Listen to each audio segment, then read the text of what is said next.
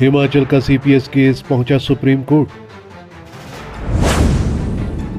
High court के फैसले के खिलाफ कांग्रेस सरकार ने दायर की याचिका।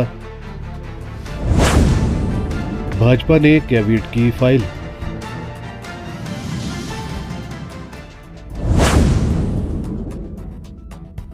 हिमाचल की कांग्रेस सरकार और भारतीय जनता पार्टी मुख्य संसदीय सचिव सीपीएस मामले में सुप्रीम कोर्ट पहुंच गई है। कांग्रेस सरकार ने हिमाचल हाई कोर्ट के आदेशों के खिलाफ एसएलपी दायर की है, जबकि बीजेपी ने कैविएट फाइल की है। दरअसल हाई कोर्ट ने बीते बुधवार को हिमाचल में तैनात 6 सीपीएस की नियुक्तियां रद्द करने के आदेश दे दिए हैं। कोर्ट ने इनकी नियुक्तियों को असंवैधानिक बताया है और 2006 के सीपीएस एक्ट को भी निरस्त कर दिया है। इसके साथ कोर्ट ने सीपीएस की सारी सरकारी सुविधाएं तुरंत प्रभाव से वापस लेने के आदेश दिए। इन आदेशों को राज्य सरकार ने सुप्रीम कोर्ट में चुनौती दी है। हाई कोर्ट के आदेशों के बाद हिमाचल के एडवोकेट जनरल अनूप रथ ने स्पष्ट कर दिया है कि राज्य सरकार हाई कोर्ट के फैसले को सुप्रीम कोर्ट में चुनौती देगी। हिमाचल हाई कोर्ट ने बिमलोशुराय बनाम आसाम के केस को आधार बनाते हुए फैसला सुनाया है, जबकि हिमाचल और आसाम का सीपीएस एक्ट अलग था। राज्य सरकार ने इसे लेकर अदालत में दलीलें दी, मगर जजमेंट के वक्त उन दलीलों को ज्यादा ध्यान में नहीं रखा गया। इसी ग्राउंड पर सरकार सुप्रीम कोर्ट पहुंची है। अब सरकार की याचिका और बीजेपी की कैविएट दोनों सुप्रीम कोर्ट में एडमिशन को लगेगी। भाजपा ने फाइल की है कैविएट। बीजेपी ने भी सीपीएस मामले में सुप्रीम कोर्ट का दरवाजा खटखटाया है। भाजपा ने आज ही सुप्रीम कोर्ट में कैविएट फाइल कर दी है, ताकि हिमाचल सरकार की एसएलपी स्वीकार करने से पहले बीजेपी भी सर्वोच्च अदालत में अपना पक्ष रख सके। बीजेपी ने चौपाल के विधायक बलबीर वर्मा की ओर से ये कैविएट फाइल की है।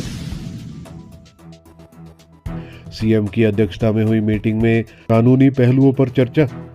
वहीं सीएम सुक्खू की अध्यक्षता में सचिवालय में हुई मीटिंग में सीपीएस मामले में कानूनी पहलुओं पर विचार विमर्श किया गया। हालांकि मुख्यमंत्री ने शिमला में मीटिंग के बाद कहा कि कैबिनेट मीटिंग में चर्चा के बाद फैसला सुप्रीम कोर्ट जाने को लेकर किया जाएगा। वहीं बीजेपी नेताओं ने भी सुप्रीम कोर्ट जाने को लेकर दिन भर पत्ते नहीं खोले और ज्यादातर नेता कैविएट को लेकर आनाकानी करते रहे। क्या प्लान ऑफ एक्शन है सरकार की ओर से और सीपीएस की ओर से? नहीं, अभी तो फाइनल कॉपी हाई कोर्ट की जजमेंट की आएगी। उसके बाद अपनी कैबिनेट में खुली से चर्चा करने के बाद आगे उस पर बढ़ा जाएगा और जो भी करना होगा नहीं करना होगा सब उसी चर्चा के बाद आगे बढ़ेगा। बीजेपी के देखो, ये तो अभी मैंने पढ़ा नहीं है, क्योंकि मैं आज ही आया हूँ और आज ही लवी के लिए जा रहा हूँ। तो निश्चित तौर पर बीजेपी का विपक्ष के नाते ये बात भी होगी, लेकिन ये सब चीज़ें तो बाद की बात है। अगर किस में आना है किस में नहीं आना, तो मेरा मानना है कि जब तक मैं पूरे उस जो इनका जजमेंट है उसको पूरी तरह अक्षर अक्षर पढ़ नहीं लेता, तब तक मैं इस पर कुछ बोल नहीं पाऊंगा। आपको भी कानूनी देनी नहीं कि आप कितने एक्ट होते हैं। हमें तो जो बोलेंगे ना और कैबिनेट कुलीग जो चर्चा करेंगे उसके बाद करेंगे। सुक्खू ने इन्हें लगा रखा था सीपीएस। मुख्यमंत्री सुखविंदर सिंह सुक्खू ने कांग्रेस के 6 विधायकों अर्की से संजय अवस्थी, कुल्लू से सुंदर सिंह ठाकुर, बैजनाथ से किशोरी लाल, रोहडू से एमएल ब्राक्टा, दून से राजकुमार चौधरी और पालमपुर से आशीष कुमार बुटेल को सीपीएस बनाया था। इन्होंने दी है हाई कोर्ट में चुनौती। इसके बाद कल्पना नाम की एक महिला के अलावा बीजेपी के 11 विधायकों को पीपल फॉर रिस्पॉन्सिबल गवर्नेंस संस्था ने सीपीएस की नियुक्ति को असंवैधानिक बताते हुए हिमाचल हाई कोर्ट में चुनौती दी थी। याचिका में इनकी नियुक्तियां असंवैधानिक बताई गई।